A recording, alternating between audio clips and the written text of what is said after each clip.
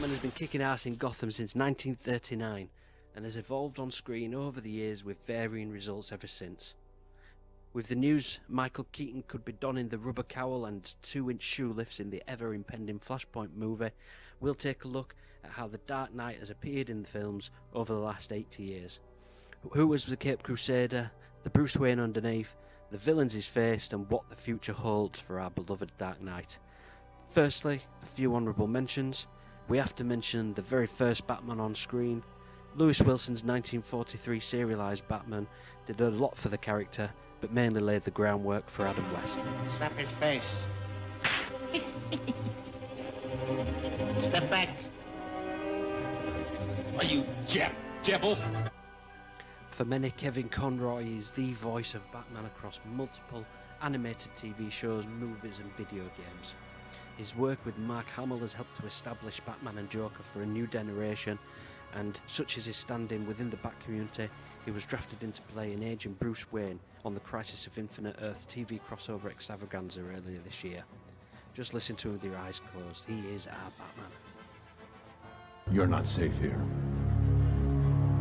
No one will worry about me. You're needed out there.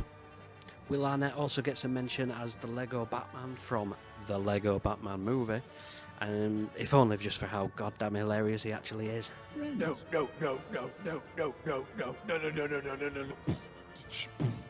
No. If you're over the age of 30 in the UK, there's a good chance you'll have spent some of your summer holidays watching Saved by the Bell, Hanging with Mr. Cooper, and the Batman 1960s TV show.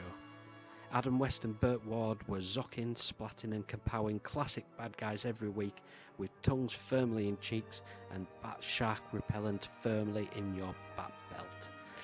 They weren't ever doing Shakespeare, they had fun with it, and what a time they had. Adam West found a second wave of fame with a recurring role in the animated series Family Guy, and Burt Ward... The sun goes down in the girls. Now, Mr. Bunn, I'm hoping that we do a lot of business together. I grew up with Michael Keaton as Batman. He had a silent message when in the costume, but as Bruce Wayne had a youthful innocence which covered up a tortured soul beneath. Tim Burton's Batman was also responsible for giving us our new favourite Joker since the last one, but before the next one comes along, with a career-defining performance from Jack Nicholson. Batman Returns went full on Tim Burton, giving us darker, more adult Batman, but also with exploding penguins, keeping the comic book aesthetic. Danny DeVito is perfect in the role of Oswald Cobblepot, Michelle Pfeiffer sizzles as Catwoman, and it's a shame Warner went for full-on merchandise dollar instead of seeing this story of the Batman out in a third fountain. Batman Forever was the beginning of the end for this run of the Dark Knight. Val Kilmer is underrated as a tormented Bruce Wayne. Enough said about his Batman though. There is rumoured to be numerous deleted scenes delving deeper into this Bruce Wayne's fear, but instead we got Jim Carrey being Jim Carrey, Tommy Lee Jones thinking he was cast as a part of Joker, and all in all a bit of a miss for something that could have been so much more. As long as they don't push the merchandise in any further with the sequel though, it should have been passable. Oh jeez. Look, Batman and Robin was not an Oscar-winning film and it never was going to be. It's by far from a perfect film by any standards, and it was too focused on selling toys to deliver a film that fans deserve.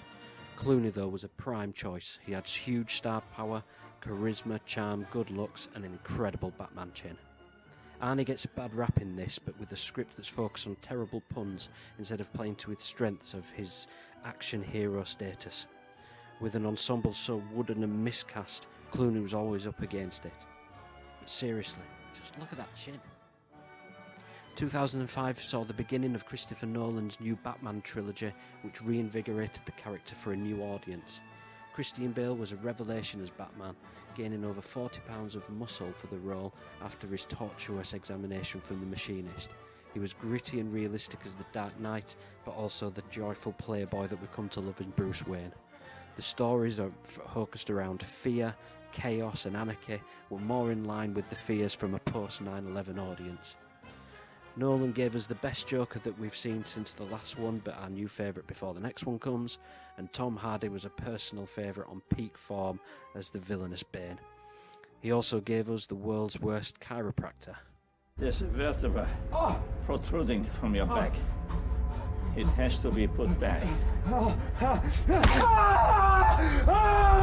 After the controversial yet profitable Man of Steel, Ben Affleck was announced as Zack Snyder's Batman for the DC Extended Universe he was building. I was the first person to mock the man who was Daredevil donning the new cowl, but Affleck delivered a mature, deeply scarred Batman, reeling from years of loss and struggle. And what better Bruce Wayne moment have we had than him running into the burning metropolis as others were fleeing? Whilst Batman vs Superman received a critical mauling for its inconsistent storytelling and the complete mishandling of Doomsday, Affleck shone as a great addition to the franchise. Justice League's own embarrassing issues and Affleck's struggle with alcoholism saw him drop from the director's chair of what would have been an intriguing solo outing for the character. Instead, we were left with one incredible warehouse fight, a questionable cameo in Suicide Squad, and let us never forget. Martha! Why did you say that name? The 2019 sleeper hit that was Joker brought us a new Bruce Wayne and another depiction of that scene in Crime Alley. Joaquin Phoenix was a revelation as the Clown Prince of Crime and instantly gave us a new universe and mythology in keeping with the comic book, but desperately something that I personally want to see more of. Though the Joker wasn't about the Batman, the Waynes were an integral part of Arthur's downfall and deserve a mention in this list.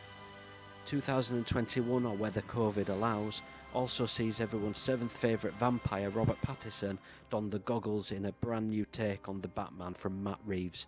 Outside of the DCEU, this will be one thing to keep an eye on in the coming months and years ahead, as a new trilogy gives us a new version of the characters. Just leave showing Crime Alley for another one, we get it, he's an author.